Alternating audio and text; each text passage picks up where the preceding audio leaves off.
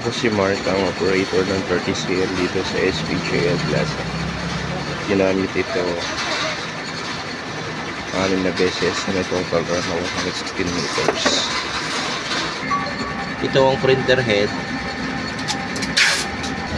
Ito naman ang capping na may 90% condition at ang wiper.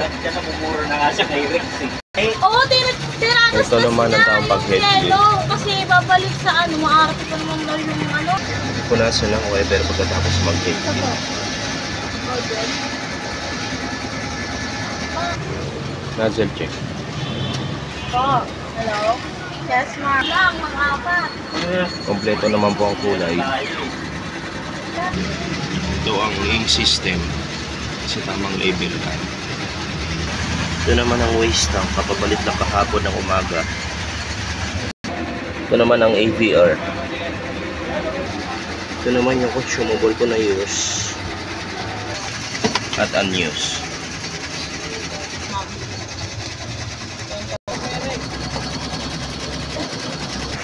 Ito naman ang daily output recording. Ito naman ang consumable powder,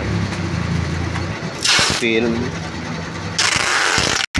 at white. Ito naman ang monthly checklist. Ano to?